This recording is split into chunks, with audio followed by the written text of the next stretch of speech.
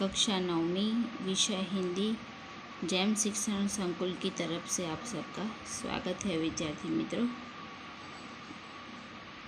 Same 2 के जो पाठ है रानी, उसका रिवीजन मैंने आपको करवाया था। विकल्प, विरोधार्थी, समानार्थी, उसके 12वां पाठ जो रानी था,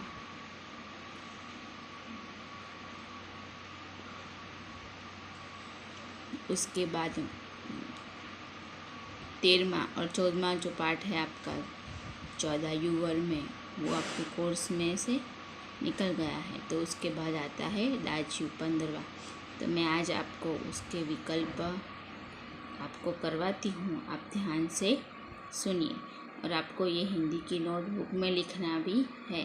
तो क्या करेंगे आप, जो आपकी पाठ्य पुस्तक में आते हैं वो आपको नहीं लिखना है, जो नहीं है वो ही लिखना है और साथ में तैयार भी करना है। तो पहला है, मदन का गांव किस पहाड़ी क्षेत्र में था? मसूरी, शिमला, दार्जिलिंग या अल्मोड़ा? तो अल्मोड़ा। कहानी के अंत में नए ग्राहक हेमंत को मदन ने अपना नाम क्या बताया? मदन, पहाड़ों, बॉय या बेबस? क्या बताया था? बॉय। तीसरा है, अल्मोड़ा के पहाड़ी क्षेत्र में माँ को क्या कहते हैं? तीजा, गौजा, लीजा या ईजा? तो ईजा। उसके बाद में है चौथा, हेमंत जगदीश बाबू का कौन था? पड़ोसी, मित्र, सहपाठी या रिश्तेदार? तो क्या आएगा? सहपाठी। कैफे का सारा मेनू किसमें समाहित था?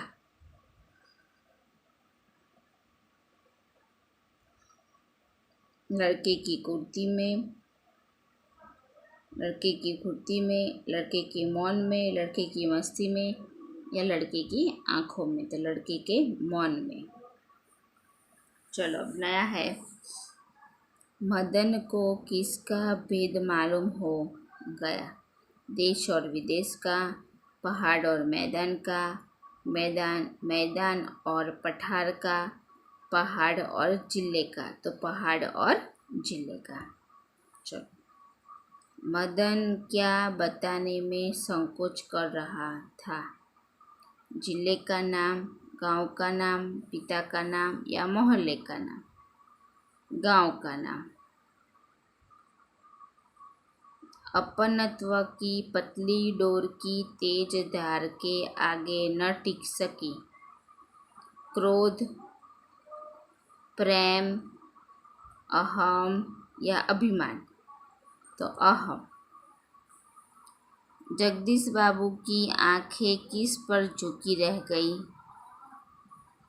टेबल पर रखी राखदानी पर, खाने की प्लेट पर, मित्र हेमंत पर या चाय की प्याली पर? तो खाने की प्लेट पर।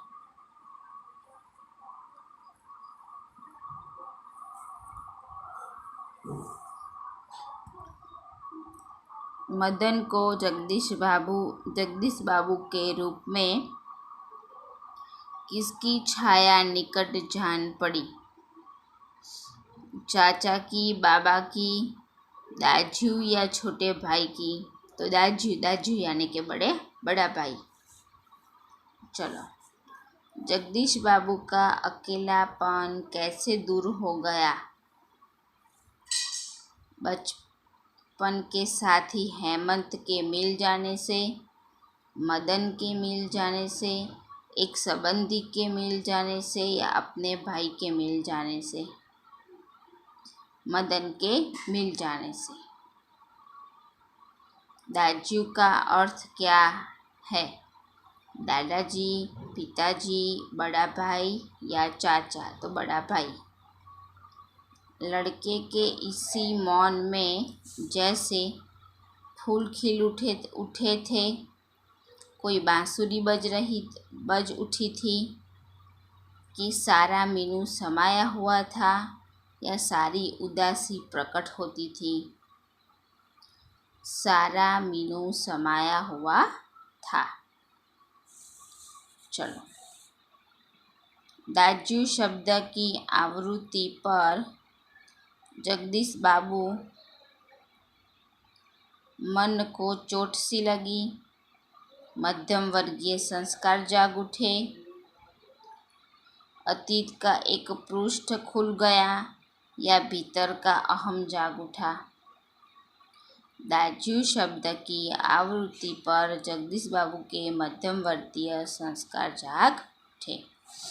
चलो, उसके बाद है मदन की आँखों के सामने अंधेरा सा छा गया। जगदीश बाबू का तमतमाया चेहरा था। विगत स्मृतियाँ घूमने लगी या दाजू की छवि टूट गई। तो कि विगत स्मृतियाँ घूमने लगी। ये थे आपके विकल्प दाजू पाठ के गद्य के आधारित, यानी के पाठ के आधारित।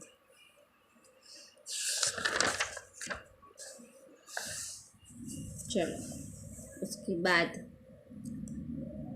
बाद क्या आएगा? विरोधार्थी शब्द।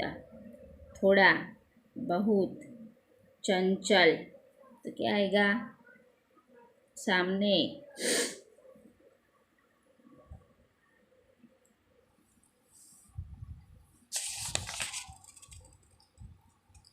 अस्थिर, सामने, तो क्या आएगा? सामने का पीछे, अपना, पराया, दूरी।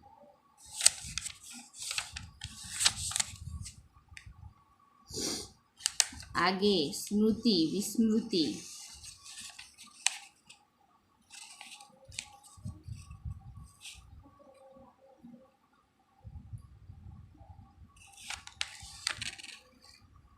पांचवं, दूरी, तो निकट आएगा। हाँ। छठा है स्मृति, तो विस्मृति। विरक्ति, तो क्या आएगा? आसक्ति, अनायास, तो क्या आएगा? सा या स। ये थे आपके विरोधार्थी। अब उसके आगे के पर्यायवाची शब्द देखो। अनुमान, तो क्या आएगा? अंदाज।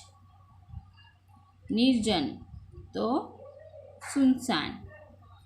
जनरव, कोलाहल। विरक्ति, उदासीनता। हिम, तो बर्फ। रिक्तता, तो खालीपन। स्वाभाविक, सहज। अहम, अहंकार। ये थे ये आपके विरोधार्थी इस पाठ के, और समानार्थी, और क्या थे आगे? विकल्प। बराबर। तो ये जो पाठ जो था उसमें जो विकल्प जो सब थे, वो आपको पहले क्या करना है? जो पाठ में थे वो सारे कितने, वो जो देख लेना कि कितने पाठ में से है। वो नहीं लिखना, जो पाठ में नहीं है वो आपको लिखना है। तो विद्यार्थी मित्रों, आज घर पे आपको ये होमवर्क करना है, लिखना है और साथ में तैयार भी करना है। तो आपका ये होमवर्क आप घर पे कंप्लीट कर देना। घर पे अपना ख्याल रखना, पढ़ाई करना, और काम नहीं हो तो घर से बाहर नहीं निकलना। कई सारे ऐसे बच्चे हो कि जिसको मैं बाहर घूमते हुए देखती हूँ। नहीं निकलना काम के बिना, काम हो तो ही निकलना।